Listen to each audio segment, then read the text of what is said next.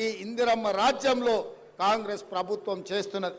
ఇవాళ మీ అందరి సమక్షంలో దేశానికి ఆదర్శంగా ఉండే నిర్ణయం ఇందిరమ్మ ఇండ్లు 4,50,000 ఇండ్లు 22,500 కోట్ల రూపాయలతోని పేదవాళ్ళు ఆత్మగౌరవంతో బ్రతికే కార్యక్రమం ఇవాళ మీ కళ్ళ ముందు ఇందిరమ్మ ఇండ్ల కార్యక్రమాన్ని ప్రారంభించుకున్నాం. ఇది గొప్ప కార్యక్రమం, పేదవాళ్లకు న్యాయం జరిగే కార్యక్రమం. దీనికి సహకరించిన మంత్రులందరికీ మా ఆడబిడ్డలు పెద్ద ఎత్తున చప్పట్లు కొట్టి మద్దతు పలకండి.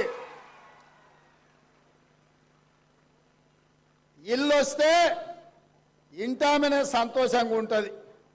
ఇంటాయన అక్కడక్కడ తిరిగి వస్తాడు, సాయంత్రం బెల్ట్ షాప్ కాడికి పోయి వస్తాడు. ఏమక్క అంతేనా? నగదు ఆడబిడ్డ దగ్గర ఉంటే పిల్లల చదువులకు వాడుతుంది, పాలకో పెరుగుకో ఇంటి మంచి పనికి వాడుతుంది. ఇంటాయన చేతులు ఉంటే సాయంత్రం పోయి చక్క బెల్ట్ షాపులు ఇచ్చి వస్తాడు. ఇక ఇల్లు కూడబెట్టేది లేదు, ఇల్లు కట్టేది లేదు. అవునా? అందుకే ఇవాళ మా ఆడబిడ్డలు మా అక్కలు సంతోషంగా ఉండాలి అని అంటే మేము ఆర్థిక మంత్రి గారిని అడగంగానే 22,500 కోట్ల రూపాయలు ఇచ్చి ఆడబిడ్డలను ఆదుకుందాం, అండగా నిలబడతామని ఇవాళ ఈ ఇందిరమ్మ ఇండ్ల కార్యక్రమం వేలాది మంది ఆడబిడ్డల సమక్షంలో ఈరోజు ప్రారంభించుకున్నాం. మా మీడియా మిత్రులు ఏమంటలేరా, మీ దాంట్లో పేదోళ్ళు లేరా అనే? మీకు వద్దా ఇందిరమ్మ ఇల్లు? మీకు ఆరోగ్య భద్రత కార్డు ఇస్తా అన్నాడు, ఇయ్యలే. ఇండ్ల పట్టాలు ఇస్తా అన్నాడు, ఇయ్యలే కేసీఆర్. మరి చాలా మంది నాకు తెలిసి ఇక్కడోళ్ళే పేదోళ్ళే ఇక్కడ ఉన్నారు. అవునా? మీకు కూడా ఇస్తాను నాయన, జర గట్టిగా సప్పట్లు కొట్టుర్రి మా అక్కలతో పాటు.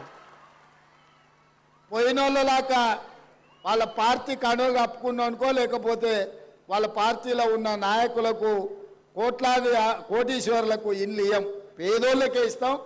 నిజమైన అర్హులైన వాళ్ళకే, లబ్ధిదారులకే ఇందిరమ్మ ఇల్లు ఇస్తామని చెప్పి నేను ఈ సందర్భంగా తెలియజేస్తున్నా. మిత్రులారా, మీరు ఒక్కటే ఆలోచన చేయండి. ఏ పథకం ప్రారంభించినా దాన్ని మొత్తం పూర్తిగా అమలు చేసే బాధ్యత మా ప్రభుత్వం తీసుకుంటుంది. హడావిడిగా ప్రారంభించి అటక మీద పెట్టే ఆలోచన మా ప్రభుత్వం చేయదు. ఏది ఇచ్చినా ఆనాడు ఆకాశమే హద్దుగా ఇందిరమ్మ ఇల్లు అడిగిన ప్రతి పేదవాడికి అక్కడక్కడ ఒకరొకరు 2 తీసుకున్నా కూడా ఆ ఎల్ల Congress party doctor YS Rajasekhara Reddy గారు ఉన్నప్పుడు ఇచ్చిన మాట వాస్తవం కాదా? మీరు ఆలోచన చేయండి. అందుకే ఇవాళ నేను ఒక్క మాట సూటిగా కేసీఆర్కు సవాలు విసురుతున్నా. నువ్వు డబుల్ బెడ్రూమ్ ఇల్లు ఇచ్చినా దళితులను ఆదుకున్నా అంటున్నావు కదా. ఏ ఊర్లలో అయితే కేసీఆర్ డబుల్ బెడ్రూమ్ ఇల్లు ఇచ్చిండో ఆ ఊర్లలో నువ్వు ఓట్లు వేయించుకో. ఏ ఊర్లో అయితే ఇందిరమ్మ ఇల్లు ఉన్నాయో ఆ ఊర్లో మేము ఓట్లు వేయించుకుంటాం. ఈ సవాల్కు సిద్ధమా అని చెప్పి నేను కేసీఆర్ని అడుగుతున్నా. ఇక ఈయన ఇట్లుంటే ఇక మోడీ అయితే ఇక ఆయన మాటలకు